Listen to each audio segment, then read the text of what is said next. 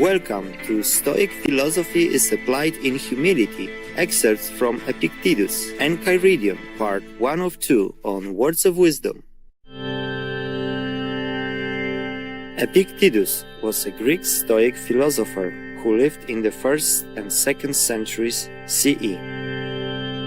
He was born in Phrygia, present-day Turkey, and during his youth was a slave in Rome to an important administrator in the court of the emperor. At an early age, Epictetus developed a significant interest in philosophy. With his owner's permission, he studied under Gaius Musonius Rufus, who, along with Epictetus, is now considered one of the great Stoic philosophers of the Roman Empire. After acquiring his freedom in 68 CE, young Epictetus became a teacher of philosophy in Rome, later continuing his practice in northwestern Greece by founding a philosophical school there. Epictetus, who led a simple lifestyle with very few possessions, taught a practical philosophy to help people lead meaningful lives. He emphasized integrity, personal freedom, and self-mastery through the use of reason and virtue, which is required to live in accordance with nature. The detailed steps and techniques in this regard presented in his teachings illustrate Stoicism as a way of life. One of Epictetus' most dedicated students was Arrian, who compiled and published his own personal notes from his teacher's lectures into the well-known books Discourses and Enchiridion. Epictetus' teachings have had an immense influence throughout the centuries, including on the great philosopher and Roman Emperor Marcus Aurelius, on early Christian moral thought, on current approaches in psychology, and more, and continues to have an impact on many intellectuals, thinkers, and philosophers around the world. The beloved Stoic philosopher and teacher was remembered as a lively speaker who was able to make his listeners feel his own insights. Today, we will read a selection from the Enchiridion by Epictetus as we come to a better understanding of the many profound details and ethics in maintaining a spirit of moderation and humility, and in keeping a balanced relationship with the outside world and ourselves. The Enchiridion. In every affair, consider what precedes and what follows, and then undertake it. Otherwise, you will begin with spirit, indeed careless of the consequences, and when these are developed, you will shamefully desist. I would conquer at the Olympic Games, but consider what precedes and what follows, and then, if it be for your advantage, engage in the affair. You must conform to rules, submit to a diet, refrain from dainties, exercise your body, whether you choose it or not, at a stated hour, in heat and cold. You must drink no cold water, and no wine. In a word, you must give yourself up to your training as to a physician. Then, in the combat, you may be thrown into a ditch, dislocate your arm, turn your ankle, swallow an abundance of dust, receive stripes for negligence, and, after all, lose the victory. When you have reckoned up all this, if your inclination still holds, set about the combat. Otherwise, take notice, you will behave like children, who sometimes play wrestlers, sometimes gladiators, sometimes blow a trumpet, and sometimes act a tragedy, when they happen to have seen and admired these shows. Thus, you too will be at one time a wrestler and another a gladiator, now a philosopher, now an orator, but nothing in earnest. You mimic all you see, and one thing after another is sure to please you, but is out of favor as soon as it becomes familiar. For you have never entered upon anything considerately, nor after having surveyed and tested the whole matter, but carelessly and with a halfway zeal. Thus some, when they have seen a philosopher and heard a man speaking like Euphrates, though indeed who can speak like him, have a mind to be philosophers too. Consider first, man, what the matter is, and what your own nature is able to bear. If you would be a wrestler, consider your shoulders, your back, your thighs, for different persons are made for different things. Do you think that you can act as you do and be a philosopher? That you can eat, drink, be angry, be discontented as you are now?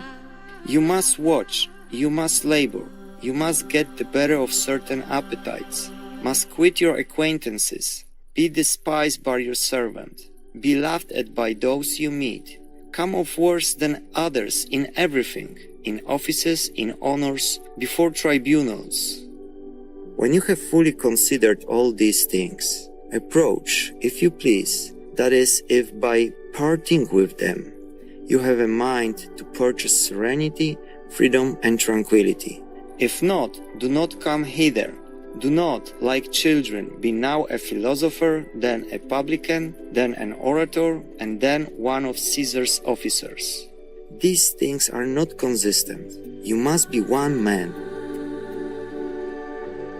You must cultivate either your own reason or else externals. Apply yourself either to things within or without you. That is, be either a philosopher or one of them up. Duties are universally measured by relations. Is a certain man your father? In this are implied taking care of him, submitting to him in all things, patiently receiving his reproaches, his correction. But he is a bad father. Is your natural tie, then, to a good father? No, but to a father. Is a brother unjust? Well, preserve your own just relation toward him. Consider not what he does, but what you are to do to keep your own will in a state conformable to nature. For another cannot hurt you unless you please. You will then be hurt when you consent to be hurt.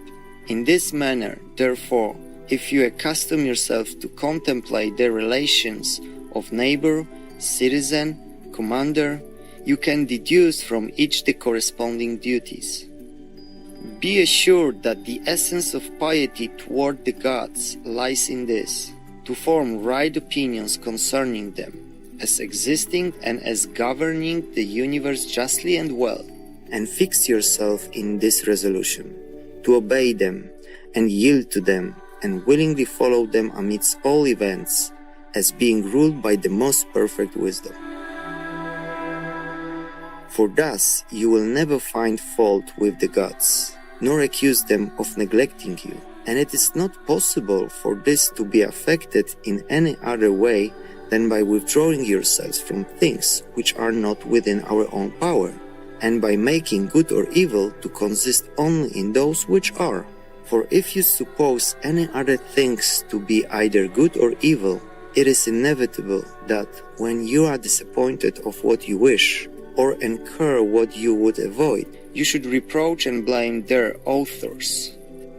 For every creature is naturally formed to flee and abhor things that appear hurtful and that which causes them, and to pursue and admire those which appear beneficial and that which causes them. It is impracticable, then, that one who supposes himself to be hurt should rejoice in the person who, as he thinks, hurts him, just as it is impossible to rejoice in the hurt itself. Hence, also, a father is reviled by his son when he does not impart the things which seem to be good. On this account, the husbandman reviles the gods, and so do the sailor, the merchant, or those who have lost wife or child. For where our interest is, there, too, is piety directed.